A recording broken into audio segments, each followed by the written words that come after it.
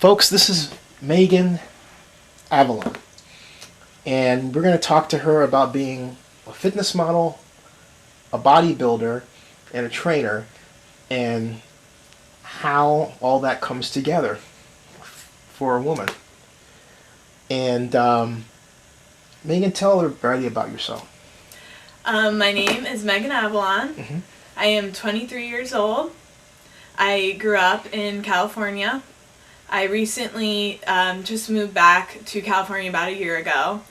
I was living in the Midwest near the Chicago area for a few years going to school. I really liked living out there. It was quite different because I grew up here in Northern California where it's quite warm, but it was a really good experience. Are you saying the snow was too cold for you? It was a little too cold for me. Oh, come on, I grew up in Chicago. Oh, did you? Yeah. Okay, so you're used to the wind and not as many good hair days there, I have to say. But it was... Some of us don't have any. Well, yeah. But it was a good experience, and that is actually where I got into bodybuilding when I moved out there. What got you hooked? Because for some women, it's their boyfriend or a sport. You know, what's your story? Growing up, I was really active in the sports. My dad had me and my older brother really into sports, and I was more of a tomboy. When I was about 13, I got my first gym... I can't see that. When I was 13, I got my first gym membership, to Gold's Gym, actually. And I remember it's funny because I had to lie about my age and say I was 14 or else I couldn't join, so that was kind of a big deal. Where actually I'm a trainer at the Gold's Gym in Marin, where I first started out when I was 13, and Gold's Gym in Oakland. So I started there and I came back. How did you become a trainer after starting there? Did they offer you? How did that come about? Well, I was used to seeing you there. Well, what happened was I grew up in Marin, and I went to high school in that area, and then I moved away to the Midwest for a few years, and then I became a trainer there. But when I moved back here, obviously I knew I wanted to be a trainer, so I applied to Gold's Gym, and in a week I started training there. Wow! So it all happened. What is it about women bodybuilders that's so fascinating to some people and so disgusting to some others? Yeah, there's this big controversy. It's really interesting to me because from a young age, it might have been just because I had muscle and fitnesses lying around, or because my brother and my dad were muscular, but I always looked at women's fitness magazines and aspired to be like that. To me, it was always attractive for a woman to be muscular yet very curvy. I never, although I looked at model magazines, I never wanted to be really skinny and have no muscles. I just thought it was the most feminine was to be in very good shape and keep your body healthy. So for me, it was just a natural thing. Now, some people think women shouldn't have muscle because they feel it's very alpha, that only males should have it, but I feel it's even more feminine if you take care of yourself. And I feel it's empowering for women to do something that not only requires physical strength, but also mental strength. You know, it's not easy to work out and diet and do all of those things, and it's even, harder when it's least expected of you. I gotta ask you, how come some women bodybuilders, when they diet and they're training, you told me you're trying to get lean, are weird, and you're always even keel? Why is that? That's a good point. Well, you'll have to ask some people if I get a little meaner. That's a good point. I think it all depends on the person's personality.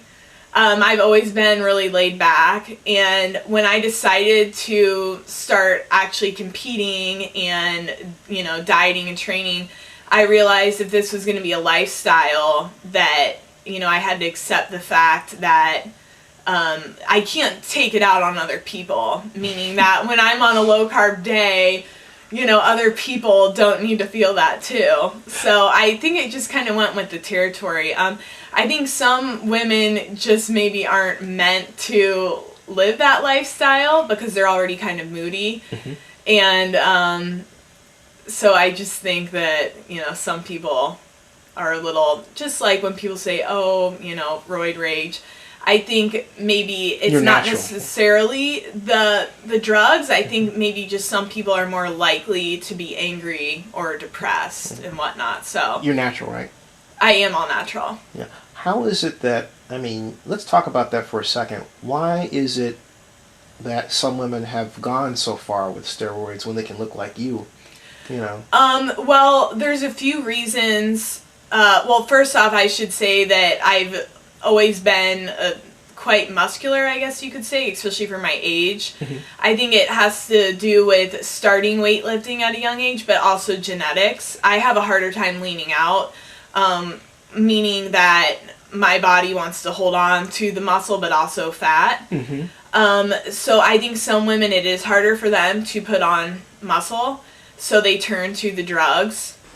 My favorite female bodybuilders, current, would be Britt Miller, who I just heard retired. And my favorite fitness star would be Jessica Paxton Putnam, who is NPC figure, or actually IFBB because she's pro now. And I would say my favorite past fitness star would be Tamia Mariova, just because she represents beauty and strength. I think she has one of the most perfect shapes I've seen. And that's about it. And I think not knowing that it's becoming an addiction, they just want to keep getting bigger and bigger and leaner and leaner. And they do say steroids is the most addictive drug, and I do believe that because, especially in this society with people so hooked on their looks, and a lot of times bodybuilders don't see what we see. It's like an anorexic looking at themselves and seeing fat and they're skinny. A bodybuilder looks at themselves and doesn't see the muscle development that other people see. So, and I think some people, they just take steroids thinking it's going to be one time, and then it just turns into... Because they get addicted. Addicted. Is there a stop on that? Because you competed last year, right? I did. I actually just competed in October, and before that it was July. In July, I competed in an all-natural show, and then October it was NPC. Did NPC test for that, or do they care? No, NPC doesn't test. You'll find that in the women divisions, in figure, especially bikini, you're not going to see too many women that you think will do steroids. For me, I think it's a personal choice, and I have no problem if someone wants to do it. I think as long as you're educated and you know what you're getting yourself into, that's fine. It's just not something I look to do. Do you think women's bodybuilding is growing or dying? Because there's some people who say, like I've said, that to me it's a $5 billion industry that doesn't know it. I can agree with that. To be honest, I think women's bodybuilding is falling off, but I think women's fitness and fitness modeling is rising. Why? Because fitness right now, whether people recognize it or not, is becoming more and more popular. Whether it has to do with people wanting to be fit and they're not. We Fit, supplement, the infomercials, it's everywhere. The exercise videos, Biggest Loser. It's all connected. Whether you see the movie stars in the magazines on diets, or you see the TV shows, Biggest Loser, it's all about losing weight and being in shape. Whereas I think maybe 10 years ago, it was, not so big of a deal. It was a fad. Now people are realizing being fit is not only about looks, but being healthy and feeling good about yourself. And I think... And you're also very well spoken. Oh, thank you. Yeah. Where did that come from, by the way? I would probably have to say my parents. My dad's very well spoken. I love to talk, as you can probably tell. But you talk well. Thank you. So I think back, I realized growing up, I talk so much, I might as well try to put my words together properly. But fitness has always been important to me, and one of my goals is to, one of the reasons why I love being a trainer is because I can show people that being fit and healthy doesn't necessarily have to be a chore. It can be fun. Mm-hmm. I try to make fitness fun for everybody, men and women and kids. I learn what they like to do in life, and I try to apply it. Because whether or not people like to exercise, you can always find something that you enjoy. Where do you see yourself in 5 years? Let's see, 5 years I'll be 28. Aside from that. Oh, God. I see myself being a successful trainer and still helping people achieve their goals. Acting? I don't know. Maybe I'll act. That would be a fun thing to do. Definitely I'm going to be in the health and fitness world. For sure. That's my main thing. You may own your own gym or start your own gym, maybe? Or maybe. Owning your own gym, I've heard, can be a little bit stressful, but I would love to. I've always wanted to start my own makeup line and tanning line, because as you know, bodybuilding, you have to have be tan all year round. And I think you're certainly tan. Yes, I always have a tan. Do you have a tanning? I actually do spray tan. I don't do tanning beds because it's bad for your skin. Oh, and by the way, you're doing stuff with us too, right? Yes, of course. Zenny62.com. Nice. Gotta check it out. It looks better on you, though. Oh, thank you. I like the woman's colors. cut, though. Yeah, the woman's cut. Yeah, I do.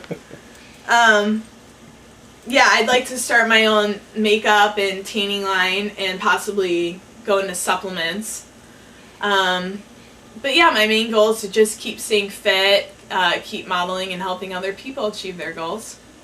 And, okay, how can people, if they're watching this, find you as a trainer?